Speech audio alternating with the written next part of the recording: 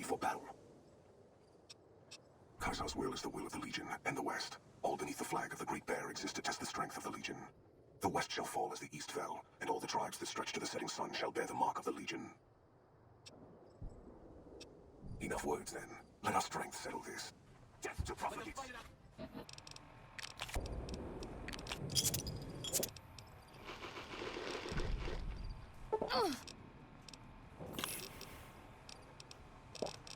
Enough!